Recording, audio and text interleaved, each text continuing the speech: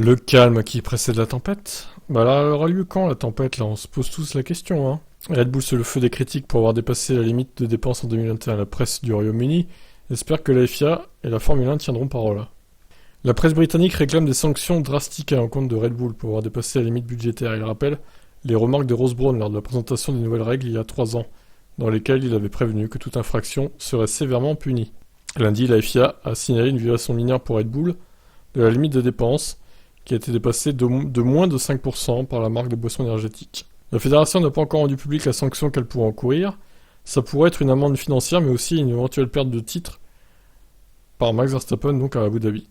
Bon, honnêtement, il y a peu de chances que ça arrive, c'est bien dommage, mais bon. N'espérez pas ça, malheureusement, les fans de Mercedes. Ça aurait été une infraction majeure, selon leur règlement, là, magnifique.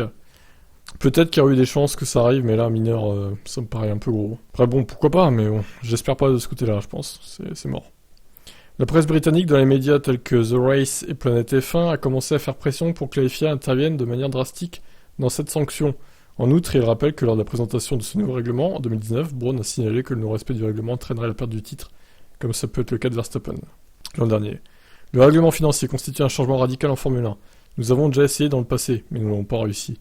Les sanctions en cas de dépassement des règles seront sportives en fonction de la gravité de chaque excès. Si vous enfreignez la règle de manière frauduleuse, vous perdrez le titre. Donc, ne pas suivre les règles a de sérieuses conséquences. Ça date d'octobre 2019. Le patron de l'équipe Red Bull, Horner, a prévenu pendant le confinement qu'il pourrait arriver que certaines structures dépassent la limite de dépenses de moins de 10%.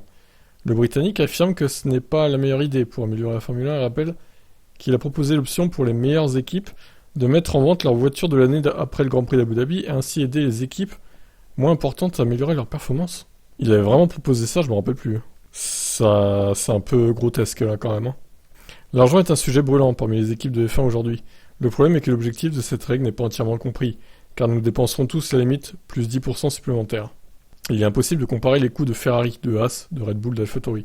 Il s'agit de structures complètement différentes et de modèles économiques qui ne sont pas du tout similaires. Je suis tout à fait favorable à la réduction des coûts, mais je pense qu'il existe de meilleures façons de rendre la F1 meilleure. Si l'objectif est d'aider les petites équipes, je serais tout à fait disposé à leur vendre notre voiture après Abu Dhabi. Pour qu'ils puissent l'étudier, quoi, en gros. Beaucoup dépensent des fortunes pour copier les autres, et ça aurait du sens pour tout le monde. Ils gagneraient en performance avec une voiture de client, et économiseraient pour l'avenir afin de construire leur propre voiture. Et il aurait vendu ça à qui? Notre ami Horner? À AlphaTauri, bien sûr. Bah oui. Pourquoi pas? Allez, 4 Red Bull sur la piste. Excellent. Non mais il doute de rien, lui. Hein. On ne sait pas encore quelle sanction la FIA infligera à Red Bull pour cette infraction, mais il est bon de rappeler que mercredi prochain, le Conseil mondial se réunit, et que dans le domaine de la F1, ce sera l'une des questions les plus importantes. Ah oui, alors mercredi prochain, pas celui-là, l'autre, le 19 quoi, ok. En outre, un éventuel changement dans la distribution des points pour les courses raccourcies qui se terminent au drapeau damier, comme ce fut le cas au Japon, pourrait également être évoqué. Oui, ça pourrait être pas mal.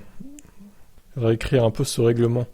Donc voilà, tout ça pour dire que Horner avait prévenu, effectivement, que tout le monde dépasserait. Bon, il y a que Red Bull au final qui a dépassé de moins de 5%.